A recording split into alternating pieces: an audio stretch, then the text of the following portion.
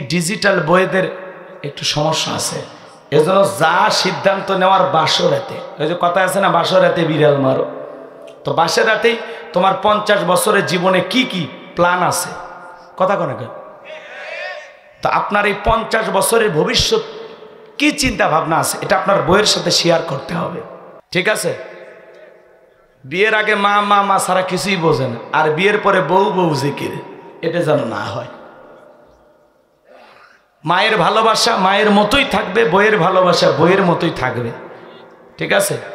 তবে এই এই এই যে আমি এরকম পুরুষ আর এরকম একটা বউ চাই, তুমি আমার মনের মতো এইভাবে চলবে। বাসর করে সেলফি তুলবে, না হলে দাম্পত্য জীবনের কথা বলবে। এরা তো হুঁশ পায় না, এরা সেলফি তোলা, মালা বদল, ডিজে পার্টি, লাভালাভি, গান বাজনা যে কায়দায় শুরু করে, বইয়ের ছবি ফেসবুকে ছাড়ে। আর সাথে বোকার কেউ আছে? এরা যেভাবে সেলফির নিশায়তে ধরে গেছে, না জানি কোন দিন বাসর ঘরে লাইভ শুরু করে। আল্লাহ এদের হেদায়েত দান করুক, জোরে বলেন আমিন। এদেরকে সাইজ পরে করতেছি। যুবক তোদের পায়ে হাত দিয়ে অনুরোধ করে বলে যায়, আজকে পিতামাতার খেদমতের আলোচনা আমি করব না, এতটুকু বলে যায়, খবরদার খবরদার মা বাবার সাথে কখনো খারাপ ব্যবহার করব না। আল্লাহ বলেন, ওয়াকাদা রাব্বুকা আল্লা তা'বুদু ইল্লা ইয়াহু ওয়া বিল ওয়ালিদাইনি ইহসানা। আমার ইবাদত করো, আমার ইবাদতের সাথে কাউকে শরীক করো না। আমার ইবাদতের পর তোমাদের দায়িত্ব হলো মাতা পিতার খেদমত করা, তাদের সাথে উত্তম আচরণ করা, ভালো ব্যবহার করা। আমার নবীজি তার পবিত্র জবান দ্বারা হাদিস শরীফের ভিতরে বলেছেন, হুমা জান্নাতুকা ওয়া নারুকা। তোমার পিতামাতায় তোমার বেগেস, তোমার পিতামাতায় তোমার দোজক। যুবক রে, সেই পিতামাতার মনে কষ্ট দেওয়া যাবে না, পিতামাতার মন ভাঙা যাবে না। পিতামাতায় এমন একটা নিয়ামত, যাদের চেহারার দিকে তাকাইলে আমল নামায় আল্লাহ কবুল হজের সব লিখে দেয়। মা বাবার চাইতে বড় পীর সন্তানের জন্য কেউ হতে পারে না। প্রত্যেকটা সন্তানের সবচাইতে বড় পীর হলো মা বাবা। আজকে তুমি তোমার মা বাবার সাথে যে আচরণ করবা, বড় হয়ে তোমার সন্তানও তোমার সাথে সেই আচরণ করবে। এই জন্য মা বাবার মনে কষ্ট দেওয়া যাবে না, পিতা মাতার মন ভাঙা যাবে না। যাদের মা বাবা বৃদ্ধাশ্রমে, যারা মা বাবাকে তাড়াইয়া বাড়ি থেকে বের করে দিয়েছে, ও মা বাবাকে বৃদ্ধাশ্রমে পাঠায় নাই, মা বাবাকে বাড়ি থেকে তাড়াইয়া দেয় না, নিজের ভাগ্য থেকে জান্নাতকে তাড়িয়ে দিয়েছে। কথা বলেন ঠিক কি না? যুবক রে, একটা মা সন্তানের জন্য কত কষ্ট করে। খবরদার যুবক, মার মনে কষ্ট দিও না। মা যখন সন্তান গর্ভে ধারণ করে 3-4 মাস মা ঘুমাইতে পারে না, মা খাইতে পারে না, খাওয়ার রুচি নষ্ট হয়ে যায়, মার বমি বমি হয়। 6-7 মাস যখন হয়ে যায়, সন্তান যখন আস্তে আস্তে মায়ের পেটে বড় হয়, ডাক্তারি গবেষণায় বলা হয়েছে, বাজান গো আমার, এ বাজান, মায়ের গর্ভে সন্তান যেই জায়গাটাতে থাকে, ওই জায়গাটা মাত্র 10 ইঞ্চি। 8-9 মাস যখন হয়ে যায়, সন্তানটা যখন আস্তে আস্তে বড় হয়, মার কলিজার সাথে সন্তানের 2টা পা আল্লাহ পাক লাগাইয়া দেয়। যেই সন্তানটা মায়ের গর্ভে থাকা অবস্থায় সবচাইতে কম নাড়াচাড়া করে, মায়ের গর্ভে থাকা অবস্থায় সন্তানটা মায়ের কলিজায় 4,500 বার লাথি মারে। কত কষ্ট যন্ত্রণা গয়, মা সারা দুনিয়ার কেউ জানে না। মা কত রাত ঘুমাইতে পারে না, মা ব্যথায় সারা রাত জাগ্রত থাকে, দেয়ালে পিঠটা লাগাইয়া মা সারা রাত দাইরে দাইরে একা একা কাটাইয়া দেয়। যে মা সন্তান গর্ভ ধারণ করে রাতের বেলায় ঘুমাইতে পারে না, সারা রাত জায়গা নফল নামাজ পড়লে যে সব হয়, মায়ের আমল নামায় আল্লাহ সেই সব লিখে দেয়। বলুন সুবহানাল্লাহ। যুবক রে, সন্তান যখন ডেলিভারির সময় হয়ে আসে, গভীর নিশীথে মা বাবার 2টা পা জড়ায় কান্দে। মায়ের চোখের পানি যখন বাবার পাকে স্পর্শ করে, বাবা ঘুম থেকে জাগ্রত হয়ে ডেকে বলে, বিবি রে, এত রাতের বেলায় কেন তুমি কান্না করো, কি হয়েছে তোমার? ডেকে বলে, স্বামী, ও আমার স্বামী, কত মহিলা সন্তান জন্ম দিতে গিয়ে মারা যায়, আমি যদি মারা যাই তুমি আমারে মাফ করে দিও, এই নাও সংসারে চাবি বুঝাইয়া দিলাম। এই কথা বলে বলে মা সংসারের চাবি বুঝাইয়া দিয়া দাইমার ঘরে চলে যায়। প্রসবের যাতনায় মা দাঁত মুখ কামড়ায়, মা কত কষ্ট পায়। এ যুবক প্রসবের যাতনা যে কত কঠিন দুনিয়ার মা ছাড়া কেউ বুঝবে না। নবীর এক সাহাবী মাকে কাঁধে করে হজ করায়। নবী ডেকে বলে সাহাবী কাঁধে কে? ডেকে বলে হুজুর আমার মা। আমার নবী ডেকে বলে সাহাবী বড় ভালো কাজ করতেছো, আমার তো মাও নাই বাবাও নাই, আমি দুনিয়ার সেরা এতিম, যা করতেছো তুমি ভালো করতেছো।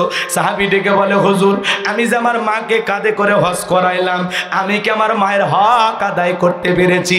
বিশ্ব নবী ডেকে বলে সাহাবী আল্লাহ যদি তোমাকে কিয়ামত পর্যন্ত হায়াত দেয় আর তুমি যদি তোমার মাকে কাঁধে করে এমনি ভাবে হজ করাও, তোমার মা তোমাকে জন্ম দেওয়ার সময় প্রসবের যাতনায় উহ আর শব্দ করেছিল, ওই একটা উহ শব্দের হক দুনিয়ার কোনো সন্তান আদায় করতে পারবে না। এ ভাই ডেলিভারি কি যে কষ্ট দুনিয়ার মা ছাড়া কেউ বোঝে না। একটা সন্তান জন্ম দিতে গিয়ে মা ছোট্ট বালতির মতো এক বালতি রক্ত শরীর থেকে ঢেলে ফেলে দেয়। কত মা জ্ঞান হারায় ফেলে, মার হুঁশ থাকে না। কিছুক্ষণ পরে মা যখন হুঁশ ফিরে পায় ডেকে বলে কই আমার সোনা মানিক আমার কোলে দাও। মা সন্তানকে কোলে নেয়, গালে মুখে চুমা খায় আর বলে বাসাদন বেঁচে থাক, আল্লাহ তোরে বড় মানুষ বানাক। মায়ের চাইতে দুনিয়াতে আপন আর কেউ নাই। একটা সন্তানের জন্য দুনিয়ার সব চাইতে আপন মানুষ দুইজন, একটা মা আর একটা বাবা। মা বাবার চাইতে নিঃস্বার্থ ভালোবাসা দুনিয়ার কেউ মানুষ দিতে পারবে না। দুনিয়াতে নিঃস্বার্থ ভালোবাসা কি? মার বাবা। মা বাবার ভালোবাসার মধ্যে কোনো স্বার্থ থাকে? 2014 সাল 2013 সালে পত্রিকা একটা কলম পড়েছিলাম বিশ্ব মা দিবস উপলক্ষে। ছোট্ট এই কথাটা বলে মূল আলোচনায় চলে যায়। খারাপ লাগে? কষ্ট হচ্ছে? শুনে যান, যে কোনো ঘটনা থেকে শিক্ষা আছে না নাই? একটু শুনে যান বাজান গো আমার। এই ছেলেটার নাম ছিল আব্দুল মালেক। ছোটবেলায় চোখ দিয়ে পুষ পড়তো, পানি পড়তো। বাবা মারা গেছে, মা ডাক্তারের কাছে নিয়ে গেছে। ডাক্তার সাহেব আমার এই ছেলেটার বাবা নাই, সন্তানটা চোখ দিয়ে পুষ পড়ে, পানি পড়ে। আমি মা তো টেনশনে পড়ে গেছি। ছেলের সন্তানটার চোখটা একটু পরীক্ষা করেন। ডাক্তার এবার চোখটা পরীক্ষা নিরীক্ষা করে বলে আপা এই ছেলের চোখের যে অবস্থা দেখতেছি বড় হয়ে গেলে এই ছেলেটা অন্ধ হয়ে যাবে। মা তখন চোখের পানি ছেড়ে দিয়ে কাঁদে আর ডেকে বলে ডাক্তার ভাই এই ছেলেটা বড় হয়ে যদি অন্ধ হয়ে যায়, ওর বাবাও নাই, ছেলেটাও যদি অন্ধ হয় আমার জীবনের কি হবে? ডাক্তারকে বলে ভাই কত টাকা লাগবে? এমন একটা বিপুল পরিমাণ টাকার অঙ্কের কথা বললেন। মা শুনে চোখের পানি ছেড়ে দিয়ে কাঁদে আর ডেকে বলে ও ডাক্তার ভাই এত টাকা দেওয়ার মতো তো আমার কাছে টাকা নাই, আমি এত টাকা কোথায় পাইবো? ডাক্তার ভাই আর কি কোনো উপায় নাই? ডাক্তার ডেকে বলে বোন আমাদের কাছে কোনো উপায় নাই। এইবার মহিলা কাঁদতে কাঁদতে ডেকে বলে ডাক্তার ভাই আমার দুইটা চোখ যদি আমি আমার ছেলেকে দেই আমার ছেলে দেখতে পাবে কিনা? বলে আপা এও সম্ভব। আমার ভাইয়েরা অনম দুঃখিনী মা তখন সন্তানের জন্য দুইটা চোখ দিয়ে দিল। এইবার সন্তান আস্তে আস্তে বড় হতে লাগলো। সন্তানটা পরীক্ষা দেবে, মা দুধের গিলাস না গেছে সন্তানের সামনে। ওই ছেলেটা ডেকে বলে মা ঘন ঘন তুমি আমার চোখের সামনে আসবা না, তোমার চোখ দিয়ে পুষ পড়ে পানি পড়ে, তোমার চোখের রোগটা আমার চোখে পার হতে পারে। মা মনের ব্যথা মনে চাপায় রাখলো, সন্তানের সামনে আর কোনো কথা প্রকাশ করলো না। এইবার ছেলেটা পরীক্ষা দিয়ে ভালো রেজাল্ট করেছে, চাকরির সন্ধানে ঢাকায় চলে গেল। ঢাকায় যায় চাকরিও পাইছে, সুন্দরী বউ দেখে বিবাহ করেছে, কিন্তু গ্রামের বাড়ি দুঃখিনী মায়ের আর কোনো খবর রাখলো না। বছরের পর বছর কেটে যায়, মা অসুস্থ হয়ে যায়। মা তখন টেনশনে পড়ে গেল, যেই ছেলের জন্য জীবন যৌবনের সব কিছু বিলিয়ে দিলাম, আমার সেই ছেলেটা আজকে আমি অসুস্থ আমারে দেখতেও আসে না। অন্তত মরার আগে আমি মা আমার সন্তানের চেহারাটা দেখে মরতে চাই। এইভাবে মা বন্ধু বান্ধবের কাছ থেকে ঠিকানা সংগ্রহ করে ছেলের বাড়ি ঢাকায় চলে গেল। ঢাকায় যখন চলে গেছে বলে আমি আব্দুল মালিকের মা। বাড়ির দারোয়ান গেটটা খুলে দিয়েছে, বাড়ির ভিতরে প্রবেশ করে মা তাকায় দেখে আব্দুল মালিক বাড়ির সামনে দাঁড়ায় আছে। এইবার বাজান গো আমার সন্তানকে দেখে মা আর মাকে দেখে সন্তান ছুটে আসছে, এসে বলে মা কেন তুমি আমার বাড়িতে আসছো? শ্বশুর বাড়ির লোকজন দেখলে পরিচয় দিতে পারবো না। যাও যাও মা, তাড়াতাড়ি করে চলে যাও। এই কথা বলে কিছু টাকা পকেট থেকে বের করে দুঃখিনী মায়ের হাতে দেয়। এইবার মা ডেকে বলে ছেলে রে, আমি তোর কাছে টাকা চাইতে আসি নাই, আমি আসছি তোর সোনা মুখটা দেখার জন্য। হঠাৎ করে বিবি চলে আসছে, ডেকে বলে স্বামী এই সেরা শাড়ি পরা মহিলাটা তোমার কে হয়? এইবার ছেলেটা মায়ের পরিচয় গোপন করে ডেকে বলে এই সেরা শাড়ি পরা মহিলাটা আমার গ্রামের বাড়ির কাজের মহিলা। আমার ভাইয়েরা, এই কথা বলার পর স্ত্রী যখন চলে গেল, দুঃখিনী মায়ের চোখ দিয়া মনে হয় বৃষ্টির পানির মতো অশ্রু গড়িয়ে পড়তে লাগলো। আর ডেকে বলে বাবা রে, আমি মা তোর জন্য কত কষ্ট করেছিলাম। যখন তুমি অসুস্থ হয়েছিলে আমি মা তোর বিছানায় শোয়ায় রেখে সারা রাত জেগে জেগে আল্লাহর কাছে বলেছি আল্লাহ আমার হায়াত নিয়ে হলেও আমার ছেলেটাকে বাঁচায় রাখো। 10 মাস 10 দিন গর্ভে ঠাই দিয়েছি বাবা, তোর জন্য জীবনে কি না করলাম। আজকে বইয়ের সামনে মারে চাকরি বানায় দিলি, এত বড় আঘাত পাবো রে বাবা কোনদিন আমি মা ভাবতে পারি নাই। এই কথা বলে জনম দুঃখিনী মা সন্তানের দেওয়া টাকা ছেলের হাতের মধ্যে দিয়ে ডেকে বলে বাবা তোর টাকা তুই পকেটে রাখ, আমি মা টাকা নিতে আসি নাই, আমি আসছিলাম তোর সোনা মুখটা দেখার জন্য। তোর মুখ দেখেছি আমার স্বাদ মিটে গেছে, মায়ের পরিচয় নিয়া আর কোনোদিন আমি তোর দুয়ারে আসবো না। এই কথা বলে জনম দুঃখিনী মা চলে গেল, বিনা চিকিৎসায় মা দুঃখিনী মারা গেল। এইবার এই ছেলেটা চাকরির প্রমোশনে বাজান গো আমার এলাকায় যখন চলে গেছে, এলাকায় যাওয়ার পর চিন্তা করলো অনেক দিন হয়ে গেল মার কোনো খবর নেই না, যাই তো একটু মার বাড়িতে যায়। এইবার মার দরজায় ডাক দেয়, ও মা মা দরজা খোলো। মা নামের পাখি ভিতর থেকে কোনো আওয়াজ দেয় না।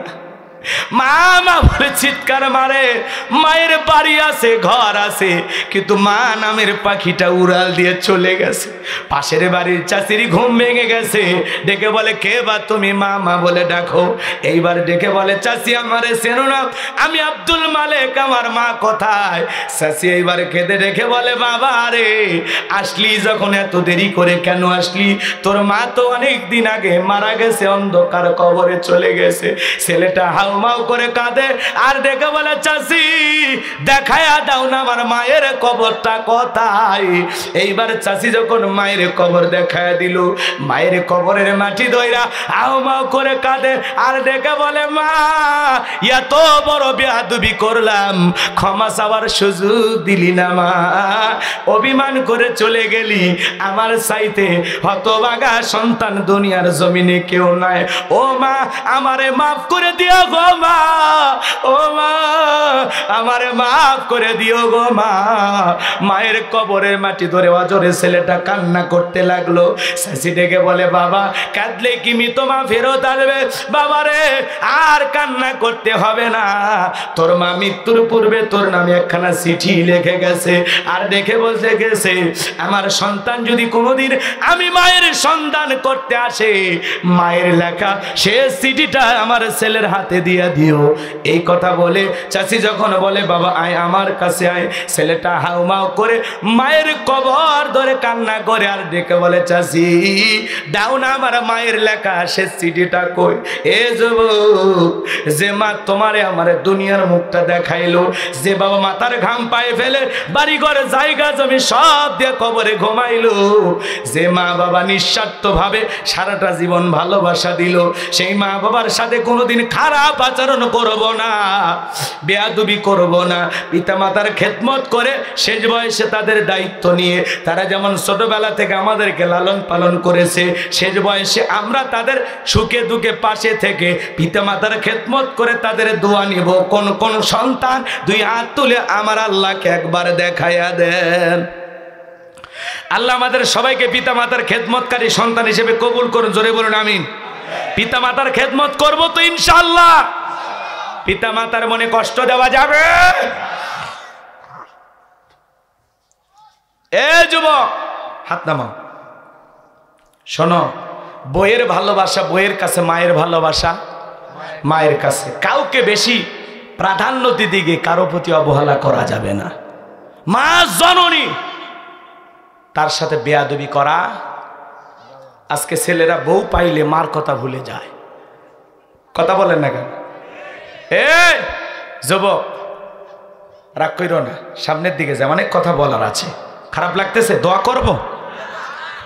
একটু কথা শুনে যান বাজান। ফেরাউনক সাইজ করে বাড়ি যাবেন না। ফাইনাল খেলা ওয়াকসুবে মারিয়ে থুয়ে যাব।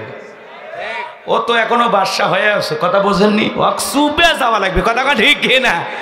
আচ্ছা এদিক খেয়াল করেন। যুবক, তাহলে বইয়ের ভালোবাসা বইয়ের কাছে, মায়ের ভালোবাসা মায়ের কাছে। কাউকে অবহেলা করার কোনো সুযোগ। আল্লাহর হাবিবের পর কখন আয়াত কারিমা আল্লাহ রাব্বুল আলামিন নাজিল করেছেন?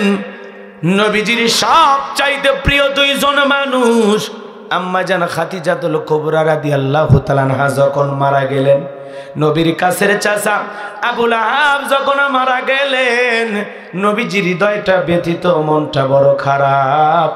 এরপরে নবীজি কালেমার দাওয়াত বন্ধ করলেন না। ব্যথিত হৃদয় নিয়ে নবী তায়েফে চলে গেলেন কালেমার দাওয়াত দেওয়ার জন্য। তায়েফের মানুষেরা নবীজির দাওয়াত গ্রহণ না করে নবীজির জান্নাতি শরীর মোবারকে বৃষ্টির মতো পাথর নিক্ষেপ করলেন। নবীজির জান্নাতি শরীর মোবারক দিয়া রক্ত ঝরতে ঝরতে নবীজির জুতা মোবারকে রক্ত জমাট বেঁধে গেল। নবীর সাহাবী হযরতে যায়েদ ডেকে বলেন, আমি নবীজির পবিত্র পা মোবারক থেকে জুতা খুলতে গিয়ে তাকায়া দেখি আমার নবীজির জুতা মোবারকের ভিতরে রক্তগুলো দলা দলা বেঁধে জমাট বেঁধে আছে। বলেন আল্লাহু আকবার। আমার ভাইরা, নবীজির দাওয়াত তায়েফের মানুষেরা গ্রহণ করলেন না। আঘাত শরীরের ভিতরে নিয়া নবীজি যখন মক্কা নগরীতে ফেরত আসলেন, বাজান গো আমার, একদিন নয়, 2 দিন নয়, 19 দিন আসমান থেকে জিবরাইল আসে না, নবীজির উপরে নতুন কোন আয়াতে কারিমা নাজিল হয় না। নবীজি আমার টেনশনে পড়ে গেলেন। সাহাবায়ে কিরামদেরকে কাফিররা ডেকে বলে, ও নবীর সাহাবীরা, কি ব্যাপার তোমাদের নবী তো নতুন কোন তথ্য শোনায় না, নতুন কোন আয়াত, নতুন কোন সূরা আমাদেরকে জানায় না, নাকি তার উপরে যে জিন ভর করেছিল সেই জিন বিদায় নিয়ে গেছে? জোরে কন্না উযুবিল্লাহ। আবার কাফেররা বলতে লাগলো, ও নবীর সাহাবীরা, কই তোমাদের নবী তো নতুন কোন তথ্য আমাদেরকে দেয় না, নতুন কোন আয়াত বা সূরা আমাদেরকে শোনায় না, নাকি তোমাদের নবীর আল্লাহ তোমাদের নবীকে ভুলে গেছে? জোরে কর নাউজুবিল্লাহ। একটু আওয়াজ দিবেন। আমি আগে বলেছি কিচ্ছু চাই না, এখন একটু আওয়াজ দিবেন, সহযোগিতা করবেন। আপনাদের সাপোর্টে বক্তার আলোচনাটা জমবে ভালো। কথা কি বুঝতে পারছেন? কথা বলতে গেলে একটু হুহা বলা দরকার আছে না নাই?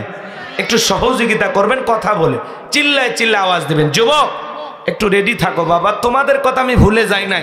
তোমাদের জন্য স্পেশাল আলোচনা আমার মাথার মেমোরির মধ্যে সেভ করা আছে, সময় মতো ডাউনলোড দিয়ে শোনাইয়া দেব। কথা কয় না? কেউ বেজার হবেন না, ইনশাল্লাহ সব বিষয় আলোচনা হবে ইনশাআল্লাহ। মা বোনেরাও ভাইবেন না যে হুজুর মানে আপনাদের কথা ভুলে গেছে। কি কথা? মা বোনদের কথা ভুলে থাকা যায়? কথা কোন ভুলে থাকা যায়? আচ্ছা মা বোন যারা বসে আছেন, মা আপনারা টেনশন করেন না, আপনাদের আলোচনা 1 ঘন্টা 32 মিনিট পরে শুরু হবে। কথা কোন ঠিক কিনা? যুবক তোমরা মন খারাপ করো না, তোমাদের আলোচনা 1 ঘন্টা 42 মিনিট পরে শুরু হবে। মুরব্বী বাবাজিরা মন খারাপ করবেন না, আমাকে খালি একটু বলার সুযোগ দেন। চতুর্দিকে আল বান্ধে নিয়ে পানি চেঁচা শুরু করা লাগবে। কথা কোন ঠিক কিনা? একটু বলার সূচনা করতে দেন, ভূমিকাটা শেষ করতে দেন। লিল্লাহে তাকবীর। আমার ভাইয়েরা, কাফেররা চতুর্দিকে সমালোচনা করলেন, সাহাবায়ে কেরামদের মন মানসিকতা নষ্ট করার চেষ্টা করতেছেন। আমার ভাইয়েরা, সাহাবায়ে কেরামদের সাথে যখন কাফেররা এইভাবে কথা বলতে লাগলেন, নবীর সাহাবীরা কোনো জবাব দিতে পারে না, তাদেরও মনটা খারাপ, নবীজিরও মনটা খারাপ। 19 দিন পরে আল্লাহ রাব্বুল আলামিন জিবরাইলের মাধ্যমে নবীজির উপরে এই পাওয়ারফুল আয়াতে কারিমা নাজিল করলেন। চিৎকার মেরে বলুন সুবহানাল্লাহ। আমার আল্লাহ রাব্বুল আলামিন বলেন, ইন্নাল্লাযীনা ক্বালু রাব্বুনাল্লাহু সুম্মা ইসতাকামু তাতানাজ্জালু আলাইহিমুল মালাইকাতু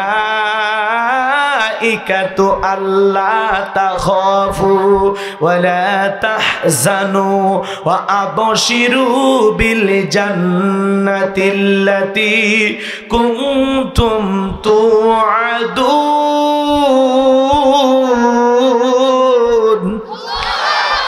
আমার আল্লাহ রাব্বুল আলামিন বলেন, ইন্নাল্লাযীনা ক্বালু রাব্বুনাল্লাহ, নিশ্চয় যারা বলে আমি তাদের রব, সুম্মা ইসতাকামু, এই কথার উপরে ইস্তেকামাত থাকে, অবিচল অটল থাকে, তাতানাজ্জালু আলাইহিমুল মালাইকা, তাদের উপরে আসমান থেকে ফেরেশতা অবতীর্ণ হয়, ফেরেশতা নাজিল হয়ে বলে, আল্লাহ তাখাফু, ভয় পেও না, ওয়ালা তাহজানু, চিন্তা করো না, ওয়া আবশিরু বিল জান্নাতিল্লাতী কুনতুম তুআদুন, তোমাদের যেই জান্নাতের প্রতিশ্রুতি, যেই জান্নাতের ওয়াদা দেওয়া হয়েছে, সেই জান্নাত পেয়ে তোমরা আনন্দিত হও। বলুন সুবহানাল্লাহ। এটা হলো আয়াতের সরল অনুবাদ। এইবার মূল তাফসিরে যাই, কষ্ট হচ্ছে আপনাদের? শোনেন আগে, আল্লাহ পাক বলেন, ইন্নাল্লাযীনা ক্বালু রাব্বুনাল্লাহ, নিশ্চয় যারা বলে আমি তাদের রব, সুম্মা ইসতাকামু, এই কথার উপরে ইস্তেকামাত থাকে, এই কথার উপরে অবিচল অটল থাকে। ভালো করে বোঝেন, একটু মনোযোগ দিয়ে শোনেন। আল্লাহ বলেন, ইন্নাল্লাযীনা ক্বালু রাব্বুনাল্লাহ, নিশ্চয় যারা বলে আমি তাদের রব, সুম্মা ইসতাকামু, এই কথার উপরে ইস্তেকামাত থাকে, অবিচল অটল থাকে। ভালো করে বোঝেন, আপনাদের এলাকায় রাস্তা আছে? এই রাস্তার দুই ধার দিয়ে গাছ লাগায় না বাবা? গাছ লাগায় না? যখন ঝড় আসে, আইলা, নারগিস, হুদুদ, সনি, ফনি, কথাকে বোঝেন না? কয়েকদিন আগে আসছিল হামুন, কিছুদিন আগে আসছিল মিথিলি। এই যে বড় বড় ঘূর্ণিঝড় যখন আসে, রাস্তার গাছ গাছালিগুলো ভেঙে রাস্তার উপরে পড়ে থাকে। কথা বলেন ঠিক কিনা? আবার কিছু গাছ শিকড় নিয়ে মজবুত ভাবে দাঁড়িয়ে থাকে। কথা বলেন ঠিক কিনা? সুম্মা ইসতাকামু, দৃঢ়তার সহিত মজবুত ভাবে দাঁড়িয়ে থাকতে হবে। হাজারো ঝড় তুফান মোকাবেলা করে যেভাবে কিছু গাছ দাঁড়িয়ে থাকে, ঠিক আপনি যখন বলবেন আমার রব আল্লাহ, এই কথার উপরে যখন আপনি টিকে থাকতে যাবেন, আপনার উপরে হাজারো ঝড় তুফান আসবে, আপনার উপরে মিথ্যা মামলা হামলা আসবে, নির্যাতন আসবে, জুলুম আসবে, হাজারো নির্যাতন জুলুম সহ্য করেও আপনাকে এই কথার উপরে টিকে থাকতে হবে, আমার রব আল্লাহ, আল্লাহ সারা দুনিয়ার কারো কাছে মাথা নত করা যাবে। সুম্মা ইসতাকামু, ইস্তেকামাত থাকতে হবে, দৃঢ় থাকতে হবে, মজবুত থাকতে হবে, হালকা ঝড়ে ভেঙে পড়া যাবে না। কথা বলেন না কেন? কয় দেখলেই দাড়ি ধরতেছে, সেলুনে যায় বলে আপাতত কাটিয়ে দে, অবস্থা ভালো হলে দাড়ির সুন্নত পালন করা যাবে। এই ঈমান নিয়ে জান্নাত, জান্নাত কি মামুর বাড়ির ডাল গেলে এক ডাবু খাইতে দেবে? কথা বলে না কেন? কয় দেখলেই টুপি ধরতেছে, কয় অবস্থা খারাপ, আপাতত টুপির সুন্নত বাদ। এরকম মুসলমান আপনাদের এলাকায় আছে? কথা বলে না কেন? এই ঠুনকো ঈমান নিয়ে জান্নাতে যাওয়া যাবে না। ইন্নাল্লাযীনা ক্বালু রাব্বুনাল্লাহ, নিশ্চয় যারা বলে আমি তাদের রব, সুম্মা ইসতাকামু, এই কথার উপরে টিকে থাকতে হবে, আল্লাহ আমার রব, এই রবই আমার সব, আল্লাহ সারা দুনিয়ার কারো কাছে মাথা নত করা যাবে না, গোলামি করতে হবে আল্লাহর, হুকুম মানতে হবে আল্লাহর বিধান মোতাবেক, আল্লাহর বিধান মোতাবেক আপনাকে চলতে হবে। কথা বলেন ঠিক না? একটু অবস্থার পরিবর্তন দেখে আপনি ঈমান বিক্রি করে দেন, আপনি বাঁকা পথে হাঁটেন। কথা বলেন না কেন? এরকম মুসলমান বগুড়ায় নাও থাকতে পারে। ভালো করে বোঝেন, ইসলাম মানতে যদি আপনি চান, আপনি যদি নিজেকে ইমানদার মুমিন দাবি করেন, আপনাকে পরীক্ষা দিয়ে উত্তীর্ণ হয়ে জান্নাতে যেতে হবে। পরীক্ষা ছাড়া মুমিনের জান্নাত জুড়বে? পরীক্ষা না দিয়ে নিজেকে ইমানদার দাবি করতেছেন, অতই সোজা। শোনেন, সামনের দিকে যায়, কথার একটু গভীরে যায়, কষ্ট হবে আপনাদের। আল্লাহ পাক কি বলতেছেন? ইন্নাল্লাযীনা ক্বালু রাব্বুনাল্লাহ, নিশ্চয়ই যারা বলে আমি তাদের রব। ও বগুড়ার মুসলমান, ডান হাতটা তুলে শাহাদত আঙ্গুলি দ্বারা আসমানের দিকে ইশারা করে চিৎকার মেরে ডেকে বলেন তো আমাদের রব কে? সবাই জোরে সাক্ষী দিয়ে বলেন তো আমাদের রব কে? আর একটু জোরে ডাক দিয়ে বলেন আল্লাহ। কলিজার সবটুকু আবেগ ভালোবাসা নিয়ে চিৎকার মেরে ডেকে বলেন আল্লাহ। আর একবার জোরে ডাক দেন আল্লাহ। হাত নামান বাজান। এই যে আল্লাহ আল্লাহ বলে ডাক দিলাম, আমাদের আল্লাহ খুশি না বেজার? আমার আল্লাহর কুদরত বোঝা বড় দায়। এ বাজান, আমরা তো আল্লাহকে আল্লাহ বলে ডাকতে চাই না। আজকে কুড়িগ্রামের একটা ঘটনা, রাজারহাট থানার মধ্যে আল্লাহর এক বান্দা পুকুরে মাছ ধরেছে। একটা মাছের ভিতরে সিলভার মাছ না কি যেন একটা মাছ রে বাজান, ওই মাছের মধ্যে কি সুন্দর করে আমার মাবুদ, আমার আল্লাহর নামটা মাছের ভিতরে লেখা। বলেন আল্লাহু আকবার। কুড়িগ্রামের আল্লাহর সেই বান্দা একটি দাখিল মাদ্রাসার সুপার আল্লাহরে গোলাম ডেকে বলে, আমি মাছটা ধরতে গেলাম, আমি তাকায় দেখি মাছের ভিতরে কি সুন্দর করে আমার আল্লাহর নামটা লেখা। আমিও নিজের চোখে ভিডিওটা দেখলাম বাজান, মাছের পেটের ওপরে কি সুন্দর করে আমার মালিকের নামটা লেখা। আমার আল্লাহ কত কুদরত পৃথিবীর মানুষকে দেখায় বাজান গো আমার। আমরা অনেক সময় গাছে দেখি আল্লাহর নাম, আমরা দেখি অনেক সময় দুনিয়ার অনেক প্রাণীর মুখেও আল্লাহর নাম। এইবার দেখা গেল মাছের গায়ের ওপরে আমার আল্লাহর নামটা সুন্দরভাবে লেখা আছে। বলেন সুবহানাল্লাহ। আমার আল্লাহ এগুলো করতে পারে কিনা? এটা আল্লাহর কুদরত কিনা? কথা বলেন না কেন? রাগ করতেছেন মনে হয়। এটা হাত দিয়ে কেউ লেখে নাই বাজান, এটা হাত দিয়ে কেউ লেখে নাই। আমরা ভিডিওর ভিতরে দেখলাম কি সুন্দর করে আল্লাহ রাব্বুল আলামিনের নামটি ওই মাছের পেটের ওপরে কি সুন্দর করে, ওই মাছের গায়ের ওপরে কি সুন্দর করে লেখা আছে। আমার আল্লাহ রাব্বুল আলামিন, তার কত দয়া, তার কত মায়া। এইবার ওই মাছটা দেখার জন্য হাজার হাজার মানুষ ভিড় করতেছে। সবাই তাকায় দেখে, হারে মাছের গায়ে লেখা নামটা কার? আরো জোরে বলেন কার? আমার আল্লাহর নামটি লেখা রয়েছে বাজান গো আমার। দিল থেকে কথাগুলো বোঝার চেষ্টা করবেন, তাহলে আল্লাহ রাব্বুল আলামিন বলেন ইন্নাল্লাযীনা ক্বালু রাব্বুনাল্লাহ, নিশ্চয় যারা বলে আমি তাদের রব। আমাদের রব কে? আরো জোরে ডাক দিয়ে বলেন তো আমাদের রব কে? আল্লাহ। আর একবার জোরে ডাক দিয়ে বলেন আল্লাহ। মাছের পেটে আল্লাহর নাম, এগুলো আল্লাহর নিদর্শন কুদরত। এগুলো দেখে আমরা আল্লাহকে চিনলাম না, আল্লাহর জিকিরি করলাম না, সোজা পথে আসলাম না, বাঁকা পথে হাঁটলাম। এগুলো দেখে আমাদের শিক্ষা গ্রহণ করার দরকার আছে না? না জোরে বলেন আছে না নাই? এগুলোর ভিতরেও নিদর্শন আছে, শিক্ষা আছে। এখান থেকে মানুষকে বুঝতে হবে সৃষ্টিকর্তা আছে আল্লাহ রাব্বুল আলামিন, আমাদের আছেন। এই জন্য সে আল্লাহ তাআলাকে জিকিরি করতে হবে, আল্লাহ তাআলাকে স্মরণ করতে হবে। এজন্য বাজান গো, আমি আপনাদের উদ্দেশ্যে বলতে চাই, ভালো করে বোঝার চেষ্টা করবেন। কথা অনেক লম্বা হবে, আমি লম্বা করব না। আজকে মুসলমান আমরা বড় অকৃতজ্ঞ। আল্লাহ রাব্বুল আলামিন বলেন ইন্নাল ইনসানা লিরাব্বিহি লাকানুদ, মানুষ বড় অকৃতজ্ঞ, মানুষ বড় অকৃতজ্ঞ। আল্লাহর এত নিয়ামত খাই, এরপরে আল্লাহর শুকরিয়া আদায় করি না, আল্লাহর জিকিরি করি না। কথা বলেন ঠিক কি না? কিন্তু আপনার আমার বাড়িতে বাজান গো আমার, অনেকেরই বাড়িতে আছে মিস্টার ডগ, কুকুর। চেনেন তো? কথা বলেন চেনেন না? চেনেন না?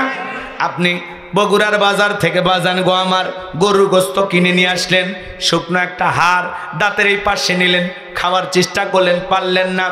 দাঁতের এই পাশে নিলেন, খাবারের চেষ্টা করলেন, পারলেন না।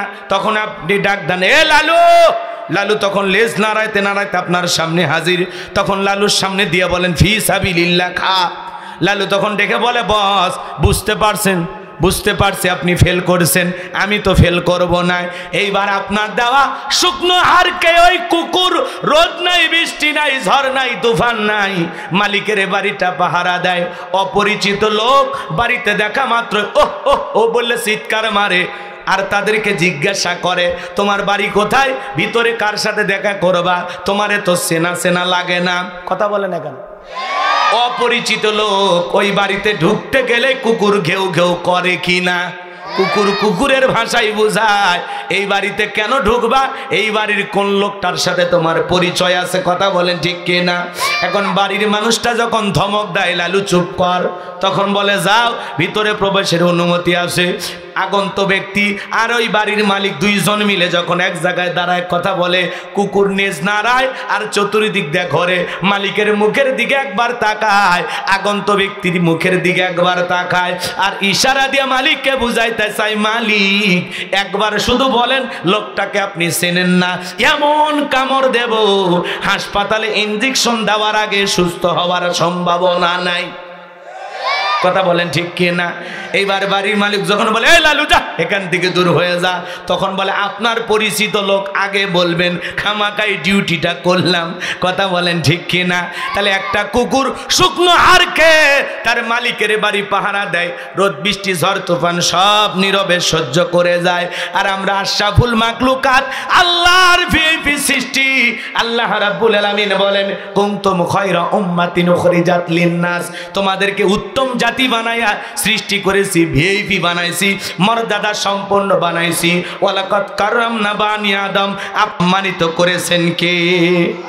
আমরা আশরাফুল মাখলুকাত হওয়ার পরেও, আল্লাহর ভিআইপি সৃষ্টি হওয়ার পরেও, আল্লাহর এত নিয়ামত খাওয়ার পরেও, এত সুন্দর জমিনে বসবাস করার পরেও আমরা অনেকেই আল্লাহ তাআলার কৃতজ্ঞতা প্রকাশ করি না, শুকরিয়া আদায় করি না।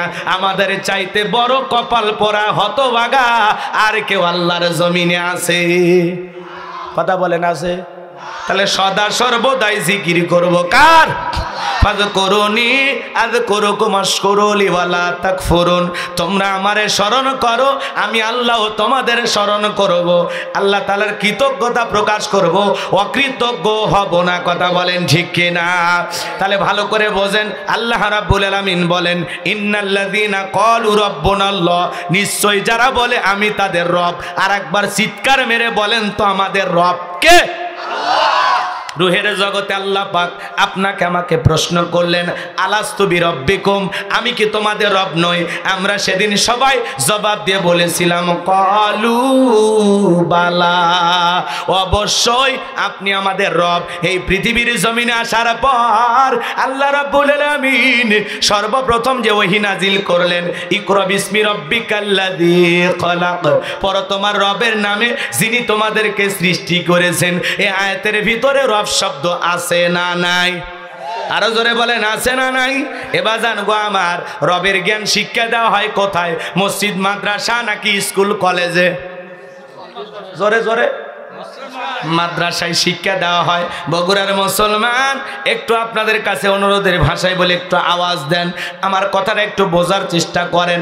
আলোচনার সামনের দিকে গেলে মজা পাবেন, খারাপ লাগবে না বাজান। কোরআন যদি খারাপ লাগে বুঝবেন অন্তরে ভাইরাস ঢুকে গেছে, আর কোরআন যদি ভালো লাগে বুঝবেন ইমানটা এখনো তাজা আছে।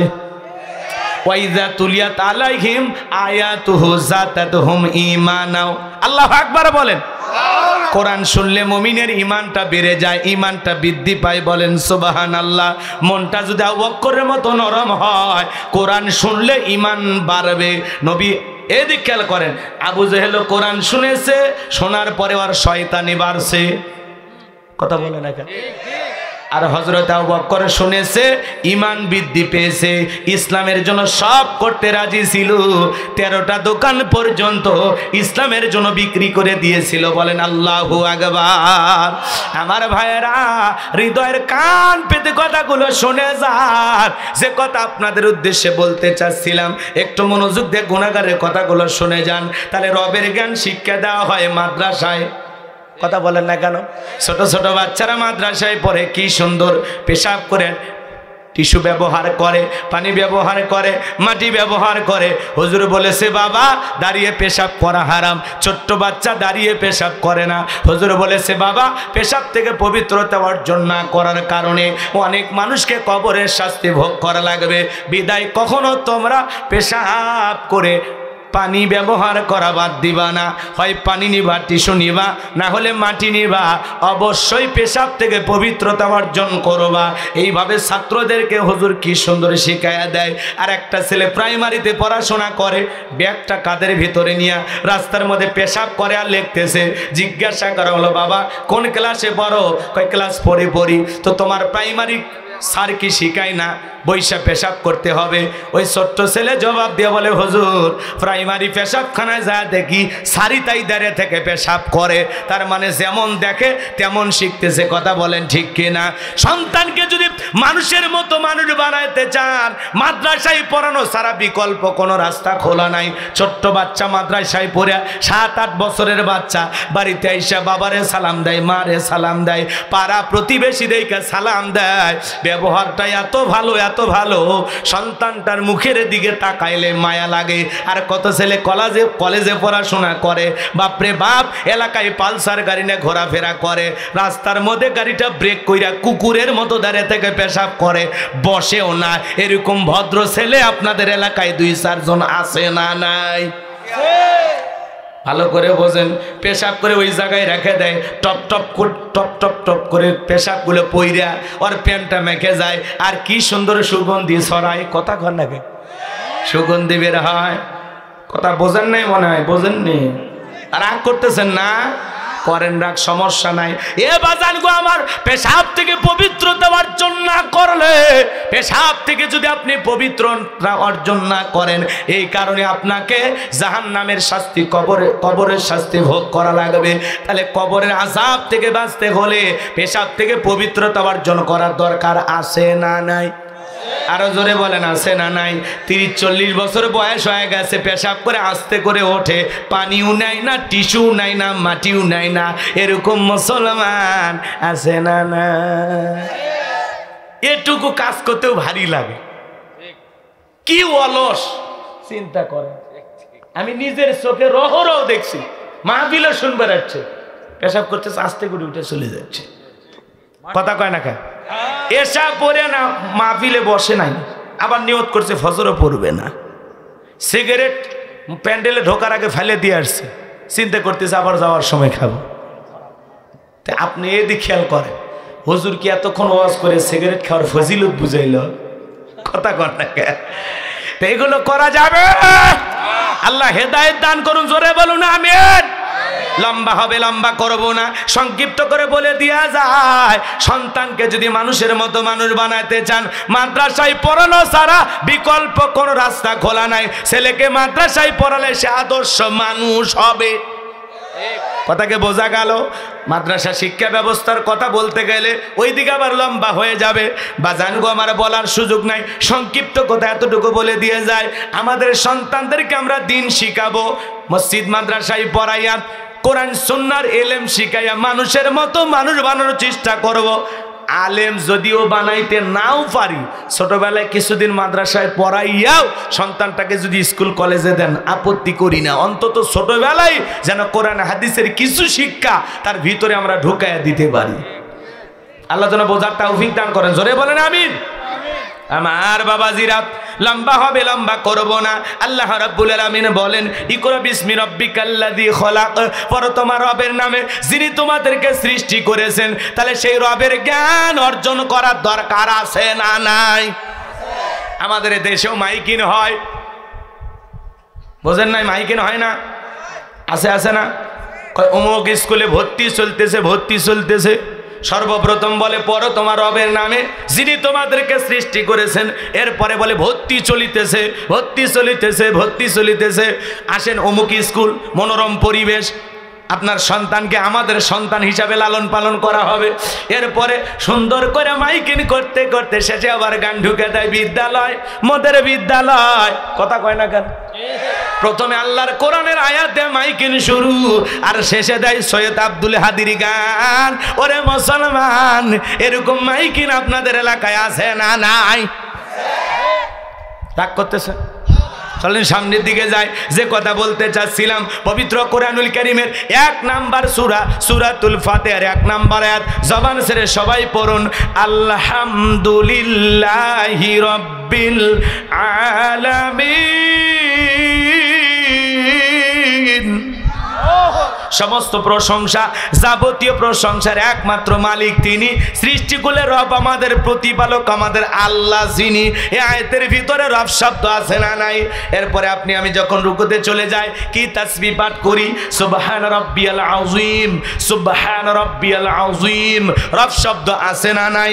রুকুতে দাঁড়ানোর সময় কি বলি, সামিআল্লাহু লিমান হামিদা, রব্বানা লাকাল হামদ।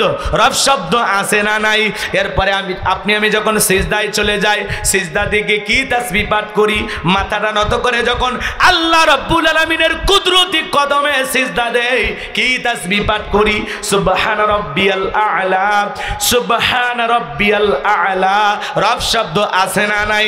এরপরে যখন নামাজের সালাম ফিরানোর পর আল্লাহর কাছে দুহাত পেতে মুনাজাত করি, কি বলি, রব্বানা আতিনা ফিদ দুনিয়া হাসানাতাও ওয়া ফিল আখিরাতি হাসানাতাও ওয়া কিনা আযাবান নার। সূরা বাকারা 201 নাম্বার আয়াত। আল্লাহর কাছে ডেকে বলি, হে আমাদের রব, আমাদেরকে দুনিয়ার কল্যাণ দান করো, আখিরাতের কল্যাণ দান করো, ওই কঠিন জাহান্নামের আগুন থেকে আমাদের মুক্তি দাও। ইহকাল পরকালের কল্যাণ দেওয়ার মালিক কে? জাহান্নামের আগুন থেকে মুক্তি দেওয়ার মালিক কে? এ বাজান গো আমার, পবিত্র কোরআনুল কারীমের সর্বশেষ যেই সূরা, সূরাটির নাম হলো নাস, তার 1 নাম্বার আয়াত, কুল আউযু বিরাব্বিন নাস। এই আয়াতের ভিতরে রব শব্দ আছে না নাই? জীবনের পরতে পরতে সব জায়গায় রব। আপনি আমি যেদিন মারা যাব, এই মসজিদের মাইকে যেদিন এলান জারি হবে, এই গ্রামের অমুক ব্যক্তি বেঁচে নাই, ইন্না লিল্লাহি ওয়া ইন্না ইলাইহি রাজিউন। আপনার আমার মৃত্যুর সংবাদ শোনার পর ছেলেটা কেঁদে বলবে বাবা নাই, মেয়েটা কেঁদে বলবে বাবা নাই, প্রিয়তমা স্ত্রী কেঁদে বলবে আমার স্বামী নাই, মা বাবা বেঁচে থাকলে বলবে কলিজার ধনটা হারাইলাম। পাড়া প্রতিবেশী, বন্ধু বান্ধব সবাই শেষ বিদায় দেওয়ার জন্য আপনার আমার বাড়িতে ভিড় জমায়ে দেবে। বাজান গো আমার, যতই 2 তলা 4 তলা 5 তলা বাড়ি বানান, ওই বাড়ি থেকে নামাইয়া চকির উপরে শোয়া দিয়া, দেখে রঙিন পোশাক খুইলা উলঙ্গ করাইয়া, বড়ই পাতার গরম পানি দিয়ে গোসল করাইয়া দেবে। ছোট্ট ছেলেটাকে দে বলে, মা আমার বাবা কেন কোনো কথা বলে না, আমার বাবাকে কেন অন্য মানুষ গোসল করাইয়া দেয়, ও মা আমার বাবা কেন আমাকে কোলে নেয় না। মা সন্তানকে বোঝানোর ভাষা হারিয়ে ফেলে। ছোট্ট মেয়েটা না বুঝে কাঁদে আর ডেকে বলে, মা আমার বাবা তো গোসলখানায় গোসল করে, আজকে কেন বাবাকে অন্য মানুষ গোসল করাইয়া দেয়, আমার বাবা কেন কোনো কথা বলে না। মা তখন সন্তানটাকে বুঝাইতে পারে না। সন্তানের চোখের পানি, আত্মীয় স্বজন সবাই কান্না রোল পড়ে যায়। বাজার আপনাকে আমাকে শেষ বিদায় দেওয়ার জন্য বাড়িতে সবাই হাজির হয়ে যাবে। আপনাকে আমাকে গোসল করে দেওয়ার পর কাপড়ের কাপড়ে চকলেটের মতো মোড়াইয়া মসজিদে রাখা খাটিয়াটা বাড়িতে নিয়ে আসবে। বাজার যেই যানবাহনটা জীবনে অনেকবার দেখেছি, ওই যানবাহনের চড়ার যাত্রী সবাইকে আপনাকে আমাকে হতে হবে। ওই মসজিদের খাটিয়াতে তুইলা 4 জন বড় যাত্রী ধইরা 1 পা 2 পা করে কবরস্থান পর্যন্ত নিয়ে যাবে। ওই কবরে আপনার আমার লাশটা 3 জন মানুষ কবরের ভিতরে শায়িত করে রেখে দিয়া একে একে সবাই কবর থেকে উঠে আসবে। ওই কবরে রাখার পর দূর আকাশে একটু একটু দেখা যায়। এরপরে যখন বাঁশের বিছানা বিছাইয়া দেবে, কবরে ভালো করে বোঝেন বাজান, ওই বাঁশের ছিদ্রগুলো দিয়া হালকা একটু আলো বা বাতাস কবরে প্রবেশ করবে। এরপরে যখন কবরে মাটি বিছায়া দেবে, কবর হয়ে যাবে ঘোর অন্ধকার। সবাই মাটি দিয়ে যখন কবর থেকে চলে আসবে, ওদের পায়ের আওয়াজ কবরে থাকা ব্যক্তি শুনতে পাইবে, চিৎকার মেরে ডেকে বলবে, একা রাইখা যায় না, একা রাইখা যায় না।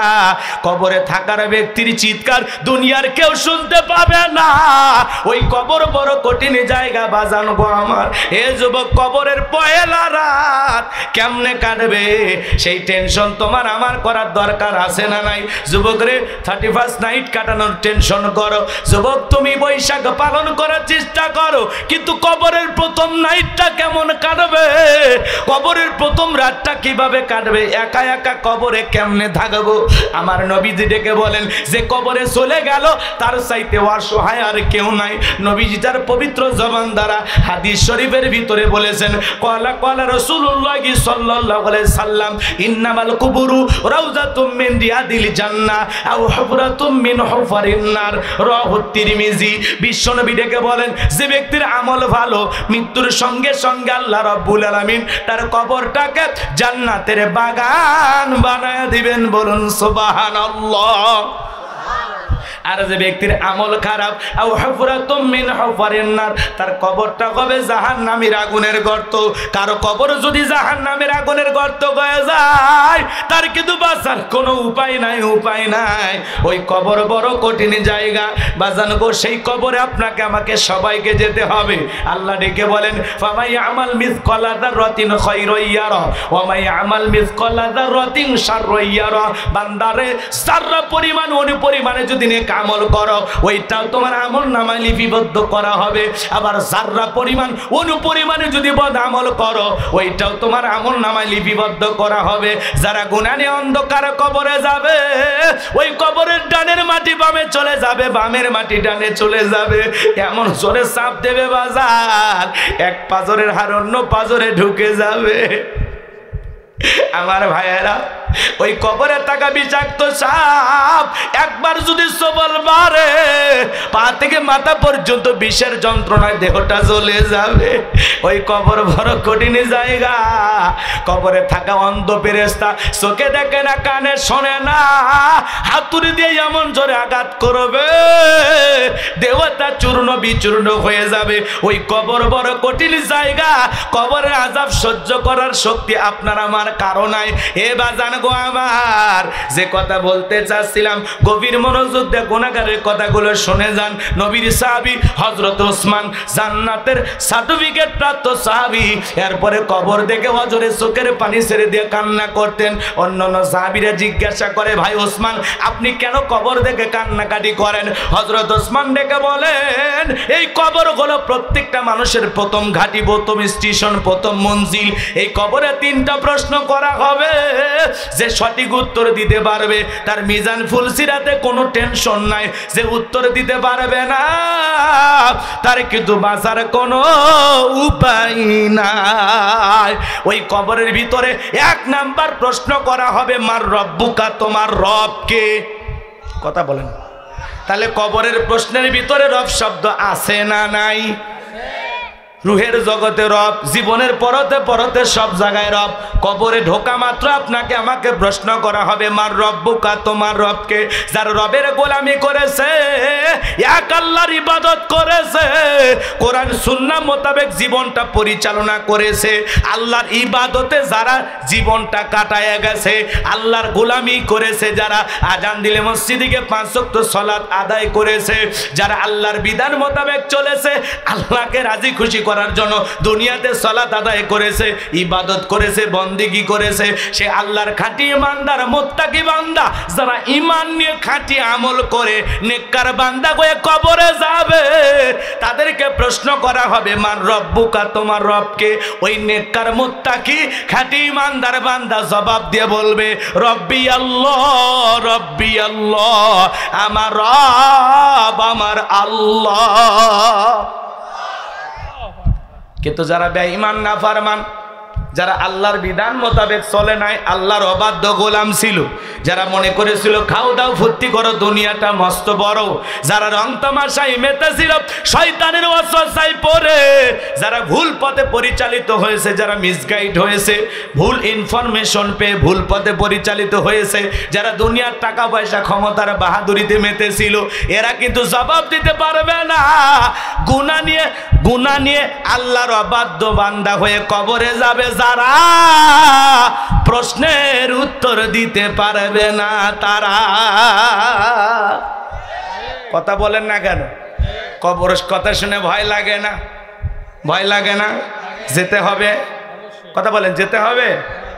এখনই যদি মারা যায় কি বউ কি বলবে? রাত 2টার দিকে স্বামী মারা গেছে, 30-40 বছর স্বামীর সংসার করলাম, 4-5টা বাচ্চার মা হইলাম, আমার স্বামী রাত 2টার দিকে মারা গেছে, কাউকে জানানোর দরকার নাই। সকালবেলা মানুষকে বলবো স্বামী মারা গেছে, 2টা থেকে ফজর পর্যন্ত আপনার বউকে আপনাকে চুমা খাবে, এ কথা কয় না। যখন টের পাবি কুদ্দুসের বাপ আর নাই, তখন কি বলবি? চিৎকার মারবি, কে কোথায় আসো, আসো আসো। কি হয়েছে? কয় অমুকের বাপ মারা গেছে। তাড়াতাড়ি ঘর থেকে বাই করো, 2-1 ঘন্টা বেশি থাকলে এই ঘরে আর মানুষ ঘুমাতে পারবে না। কথা কয় না? যতই ভালোবাসা থাক, নিঃশ্বাসটা বন্ধ হয়ে গেলে আপন মানুষেরা পর হয়ে যাবে। কথা বলেন ঠিক কিনা? এ বাজান, সবাইকে যেতে হবে। ওই কবর বড় কঠিন জায়গা, কবর কিন্তু জায়গা ভালো নয়। কথা বলেন ঠিক কিনা? 6 দিন পরে নখ কষে যাবে, 9 দিন পরে চুল, কবর গাগের সামান নিতে কইরো না কেউ ভুল। 6 দিন পরে নখ কষে যাবে, 9 দিন পরে চুল, কবর গাগের সামান নিতে কইরো না কেউ ভুল। কবর জায়গা ভালো নয়, কবর জায়গা ভালো নয়। বলেন বলেন, কবর জায়গা ভালো নয়, কবর জায়গা ভালো নয়। আমল দিয়ে কবর গৃহ সাজিয়ে নিতে হয়, কবর জায়গা ভালো নয়, কবর জায়গা ভালো নয়। আমল দিয়ে কবর গৃহ সাজিয়ে নিতে হয়। 17 দিনে পেট পেটেছে যে পোকার খাদ্য হবে, 7 দিন পরে গোস্ত গাবে না কঙ্কাল পরে রবে। 17 দিনে পেট পেটেছে যে পোকার খাদ্য হবে, 7 দিন পরে গোস্ত গাবে না কঙ্কাল পরে রবে। 90 দিনে হাড়গুলি সব, 90 দিনে হাড়গুলি সব আলাদা হয়ে রয়। কবর জায়গা ভালো নয়, কবর জায়গা ভালো নয়। আমল দিয়ে কবর গৃহ সাজিয়ে নিতে হয়। দেখেছে অহম বড় লোভ লালসার পাহাড়, নফস হিংসায় চলে নফস হলো নফসের কালো আহার। কথা বলেন ঠিক কিনা?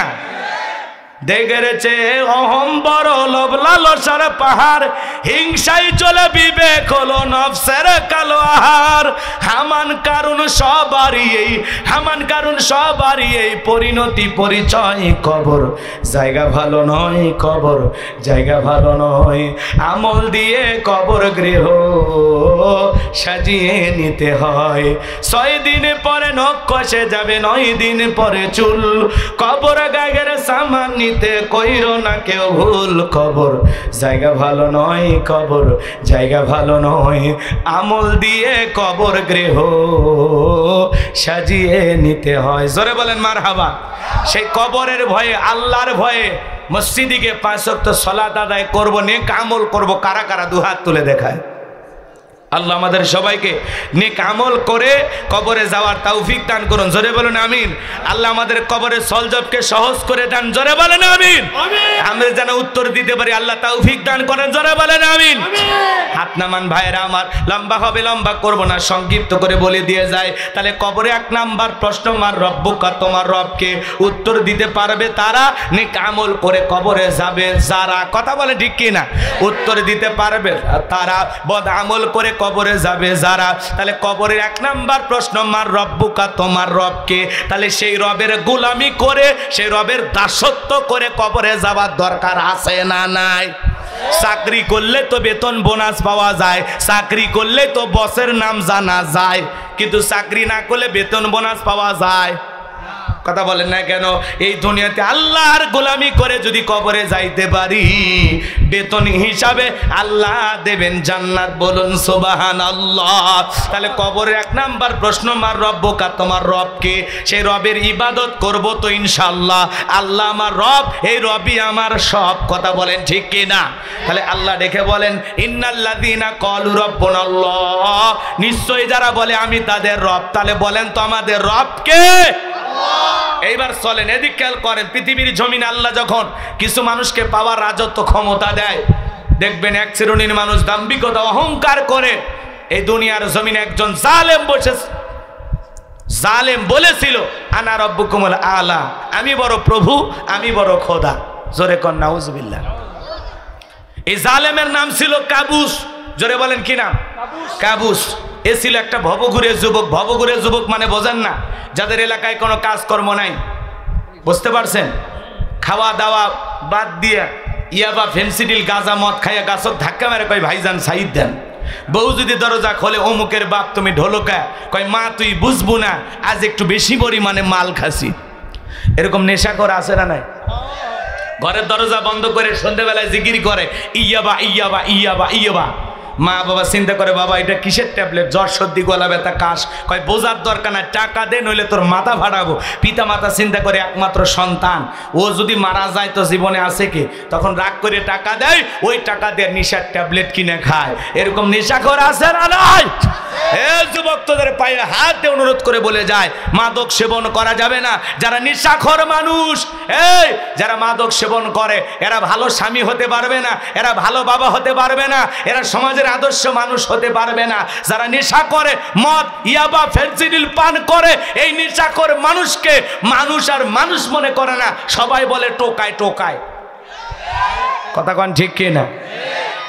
যুবকে এই নেশা না করে যদি এই টাকাটা জমাও, এই টাকাতে বউকে যদি অন্তত 12 মাসে 12টা 3 পিস কিনে দিতে পারো, অন্তত জীবনে 12টা বাসরাত পাইবা। কথা কয় না, কথা কয় না। বইয়ের মন খুশি করার দরকার আছে না? না যুবক, নেশা দ্রব্য পান করা যাবে না। মাদককে না বলুন, মাদককে না বলুন। মাদক সেবন করা যাবে না। নেশা দ্রব্য পান করা হারাম, হারাম। কথা বলেন ঠিক কি না? যুবককে আল্লাহ হেদায়েত দান করুক। জোরে বলুন আমিন। শোনেন, এই এদিক খেয়াল করেন। এর নাম ছিল কাবুস, কিপ্তিদের তরফ থেকে নাম ছিল রামসিস, আর মিশরের বাদশাহ হওয়ার পর উপাধি নাম হলো ফেরাউন। কয়েকটা মিনিট সময় দেন, তাহলে বুঝতে পারবেন হুজুর কোন ধাঁচে কোন জায়গায় কথা বলতে চায়। কথা বোঝেননি? সব কথা ক্লিয়ার বলা যাবে না, কিরমান কাতিবিন সব দিকে আছে। কথা কন ঠিক কিনা? কারণ এমন জায়গায় ভাসুর হয়েছে, ডাক্তার দেখানোর কোনো উপায় নাই, আন্দাজে চিকিৎসা করা লাগবে। কথা কন ঠিক কিনা? হ্যাঁ চলেন সামনের দিকে যায়। কষ্ট হচ্ছে আপনাদের? এই ভবঘুরে যুবক, এই কাবুস নামের ফিরাউন তখন কি করলো বাজান গো আমার? এলাকায় থেকে চলে গেল মিশরে। মিশরে যাওয়ার পর সর্বপ্রথম হলো তরমুজের ক্ষেতের লেবার, এরপরে মিশরের সরকারি গোরস্থানের দারোয়ান লাগবে। ইন্টারভিউ চলতেছে, হাজার হাজার মানুষ লাইনের মধ্যে দাঁড়ায় গেছে। ওই কাবুস নামের ফিরাউন ওই লাইনের মধ্যে দাঁড়ায় গেছে। এইবার যখন ফিরাউনের ইন্টারভিউয়ের পালা, দেখে বলে বাদশা আপনার চাইতে ভালো মানুষ নাই, আমি আপনার অনেক প্রশংসা শুনেছি। বাদশা গো, এই চাকরিটা যদি আমারে দেন সারা জীবন আপনার প্রতি কৃতজ্ঞ থাকবো। এমন ভাবে কথাগুলো উপস্থাপন করলেন, বাদশার মায়া লেগে গেল। তখন এই কাবুসকে মিশরের সরকারি গোরস্থানের চাকরিটা দেওয়া হলো। কথায় আছে দুষ্ট লোকের মিষ্টি কথা। এইবার যখন ফিরাউন গোরস্থানের দারোয়ান হয়ে যাওয়ার পর চিন্তা করলো বাদশা প্রতি মাসে আমাদের বেতন দিবে, ঠিক আছে, কিন্তু এই বেতন দিয়ে পেট ভরবে না। তখন সে একটা সিস্টেম চালু করলো, ডেকে বলে ও জনগণ শোনো দিয়া মন, এই গোরস্থানে যদি লাশ দাফন করতে চাও একটা করে দিরহাম আমাকে দেওয়া লাগবে, না বলে লাশ আমি দাফন করতে দেব না। জনগণ তখন চিন্তা করে হারে একটা দিরহামের জন্য বাদশার দরবারে বিচার সালিশ নিয়ে যাব, লাশ পয়সা বলে শেষ হয়ে যাবে, অতএব একটা টাকা যদি পাই এই ছেলেটাই পাক। এই চিন্তা ভাবনা করে জনগণ একটা করে দিরহাম দেওয়া শুরু করলো। বাজান গো আমার, এইবার একটা করে দিরহাম পায়। আর এই দিক খেয়াল করেন, গোরস্থানের ভিতরে লাশ দাফন করে 1 টাকা হলেও এইটাও কি কথা কোন কথা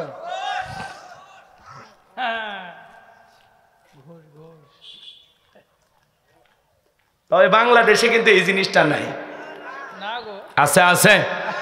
শোনো এই দেশটার গল্প গরিব, দেশটা মনে হয় স্বপ্নপুরী, শুধু কর ঘুষ কর মদ কর জুয়া কর, এটাই আছে ভুরি ভুরি, এটাই আছে ভুরি ভুরি। এ দেশে অসৎ কামাই কেউ করে না, তবে ঘুষের টাকা পেলে কেউ তো ছাড়ে না। টেবিলের নিচে দিয়ে হাত বাড়িয়ে কালো টাকাটা নেই সারিয়ে, টেবিলের নিচে দিয়ে হাত বাড়িয়ে কালো টাকাটা নেই সারিয়ে।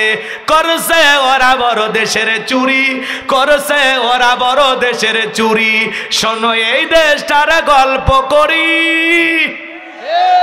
একটা ছেলের চাকরির জন্য 10 লাখ 15 লাখ টাকা ঘুষ ওপরওয়ালাকে দেওয়া লাগে। ওপরওয়ালা বলতে কি ফেরেশতা সে নিয়ে যায়? এদেশের চেয়ার টেবিল পর্যন্ত ঘুষ খায়। কথা কেন? মেধা দেখার চাকরি আছে নাই নাই, মামুজার চাকরি তার কথা কোন ঠিক কিনা? লম্বা হবে, লম্বা করব না, সংক্ষিপ্ত করে একটু বুঝা দেওয়ার চেষ্টা করতেছি। আমার একটা টার্গেট আছে, জায়গা মতো যাওয়া লাগবে। কথা বলেন ঠিক কিনা? লিল্লাহে তাকবীর। একটু মনোযোগ দিয়ে শোনেন বাজান গো আমার, ও বগুড়ার মুসলমান, যে কথা বলতে চাচ্ছিলাম, এইবার জনগণ একটা করে দিরহাম দেওয়া শুরু করলো। আমার আল্লাহ রাব্বুল আলামিন তখন ওই জামানার মানুষের উপরে একটা মহামারী পাঠায়া দিলেন, যেই মহামারীর নাম হলো ডায়রিয়া, কলেরা। ওই মহামারীতে হাজার হাজার মানুষ মারা যায় আর গোরস্থানের ভিতরে লাশ দাফন করে। আমাদের জামানায় আল্লাহ একটা মহামারী দিয়েছিল, নাম হলো ধরো না ছুঁয়ো না, নাম হলো করোনা। কথা কয় না? করোনা রোগে আক্রান্ত হয়ে বাবা মারা গেছে, ছেলে বাবার লাশটা দেখতেও যায় নাই, বাবার কবরে এক মুঠো মাটিও দেয় নাই। বাবার সম্পত্তি ভালো লাগে, কিন্তু করোনা রোগে মারা গেলে বাবার লাশটার ভালো লাগে না। মায়ের করোনা হয়েছে, সন্তান বস্তাবন্দি করে মাকে জঙ্গলে ফেলে আসছে। ভাইয়ের করোনা হয়েছে, বোন দেখতে যায় নাই। এক ভাইয়ের করোনা আর এক ভাই দেখতে যায় নাই। কথা বলেন ঠিক কিনা? এই করোনা মহামারী বুঝা দিয়েছে দুনিয়াতে কেউ কারো আপন না। যদি শুনছে এই গ্রামের অমুকের করোনা, ওর বাড়ির ধার দিয়ে পর্যন্ত হাঁটিও নি, রাস্তাও হাঁটিনি। কথা ঠিক কিনা? স্বামীর করোনা হয়েছে, স্ত্রীর কাছে যায় নাই, খাবারের প্লেটটা নিয়ে স্ত্রী আলাদা রুমে থাকে। এইবার স্বামীর জন্য কিছু খাবার দাবার রেডি কইরা লম্বা একটা বাঁশের লাঠি নিয়া ওই খাবারের প্লেটটাতে লাগাইয়া এরকম বাঁশের ঠেলা দিয়া স্বামীর ঘরের ভিতরে খাবারের প্লেট ঢুকা দিয়েছে। কথা কন, কথা কন। এরপরে স্বামী যখন সুস্থ হয়েছে, একে বলে চলে খারাপ বাবা, তুমি তো জানো না আমি তোমারে কত ভালোবাসি। যখন অসুস্থ ছিলে তাহাজ্জুদ পড়ে দোয়া করেছে, আল্লাহ আমার হায়াত নিয়ে হলেও আমার বুলবুলির বাপক তুমি বেঁচে রাখো। এ কথা কয় না কে? স্বামী যখন সুস্থ হয়েছে ডেকে বলে, স্বামী তুমি জানো না কত ভালোবাসি। হারে আমার কলিজার সোনা। কথা কয় না কে? আমার কলিজার সোনা, নানান কথা বলে কয় আই লাভ ইউ উমুকের বাবা, এত ভালোবাসা দেখায়। স্বামী তখন ডেকে বলে, বিবি রে কত যে ভালোবাসিস আমার মনে আছে, যখন আমি করোনা রোগী ছিলাম আমাকে তুই বাঁশ দিয়া খাওয়াইছিস। কথা কন ঠিক কিনা? এই করোনা মহামারী বুঝা দিয়েছে দুনিয়াতে কেউ কারো আপন না। কথা বলেন ঠিক কিনা? নিঃশ্বাসটা বন্ধ হয়ে গেলে আপন সব মানুষ আপনার আমার জন্য পরে হয়ে যাবে। চলেন বাজান, লম্বা হবে, আমি লম্বা করব না। ওই মহামারীতে হাজার হাজার মানুষ মারা যায় আর গোরস্থানে লাশ দাফন হয় আর ফিরাউনের পকেটে টাকা ওঠে। টাকা পাইতে পাইতে অল্প সময়ের মধ্যে এত টাকার মালিক হয়ে গেল, টাকা রাখার কোনো জায়গায় থাকলো না। তখন বাদশার দরবারে চলে গেছে, বাদশা আমার কাছে কিছু টাকা পয়সা হয়ে গেছে, এই এলাকায় যারা খাজনা দিতে পারে না, যারা গরিব মানুষ খাইতে পারে না, আমি গোরস্থানের দারোয়ান, তাদের খাজনা পরিশোধ করে দিতে চাই। বাদশা ডেকে বলে, বাবাই তো ভালো উদ্যোগ, তোমার মতো ছেলে ঘরে ঘরে জন্ম নেওয়া দরকার। ঠিক আছে যাও, টাকার বস্তা নিয়ে আসো, আমি রাজ্যের ভিতরে সংবাদ পৌঁছায়া দিলাম। ফিরাউনের গোরস্থানের দারোয়ান ছেলেটা তোমাদের খাজনা পরিশোধ করে দেবে। তোমাদের তাড়াতাড়ি গরিব দুঃখী খাজনাপাতি যাদের বাকি আছে বাদশার দরবারে চলে আসো। হাজার হাজার মানুষ লাইন দিয়েছে। এইবার গোরস্থান সেই ঘুষ খাওয়া টাকাগুলো দিয়া খাজনা পরিশোধ করতেছে। আমাদের গাইবান্ধা একটা কথা আছে, মাছের তেল দিয়া মাছ ভাজে, টাকা কার জনগণের, খালি সিস্টেমে আর কৌশলে দিতেছে আর ফাউ ফাউ বাহাবা পাইতেছে। এ টাকা কি ওর বাপের? সব জনগণের টাকা বোঝে না, সিস্টেমে দেয়। আপনি মনে করলেন দিল 10 লাখ 5 লাখ, কই পাইছে বাপে। বোঝেন না, বোঝেন না, কথাকে বোঝা গেল। কামাই করতে বোঝা লাগবে বাজান গো আমার। সামনের দিকে যাই গেলে বুঝতে পারবেন যে কথা বুঝাইতে যাচ্ছিলাম। খুব মনোযোগ দিয়ে কথাগুলো শুনবেন, গভীর মনোযোগ দিয়ে কথাগুলো শুনবেন। এইবার টাকা দেওয়া শুরু হয়ে গেল, খাজনাপাতি পরিশোধ করে দিল। সাধারণ জনগণ টাকা পাইলেই খুশি, কথা কার টাকা পাইয়া খুশি হয়ে ডেকে বলে, হারে রাজ্যের বাদশা যদি এই ব্যক্তি না হয়া গোরস্থানের ছেলেটা হইতো, না জানি আমাদের কপাল খুলে যেত। নির্বাচনের আগে একটু জনসেবামূলক কাজ করার দরকার আছে না নাই? আমার এলাকায় এক নেতা 2 গাড়ি ইট পাড়তেছে, কাঁচা রাস্তা। কাঁচা রাস্তা মানে বোঝেন না, মাটির রাস্তা, কথা বলছেন? এই মাটির রাস্তায় ইট পাড়ে দিচ্ছে। মানুষজন এসে বলে, বাবা ইট পাড়তেছ, ব্যাপারটা বুঝতে পারলাম না। আপনাদের ছেলে মেয়ে স্কুলে যায়, বৃষ্টি হলে কাদা পানি কি যে কষ্ট হয়। আপনারা হাটে বাজারে যান, আপনারা চলতে পারেন না। মাঝে মাঝে আপনাদের দুঃখের কথা মনে হলে আমার ঘুম আসে না। আপাতত ইট পারে দিয়ে গেলাম, আর ভবিষ্যতে আমি আপনাদের কাছে দোয়া নিতে আসবো। একবার যদি আমার মার্কায় সিল মেরে এলাকার নেতা বানাই দিতে পারেন, আমার 1 নাম্বার টার্গেট এই কাঁচা রাস্তা পাকা করে দেব। এই কথা বইলা জনগণক আশা ভরসা স্বপ্ন দেখাইয়া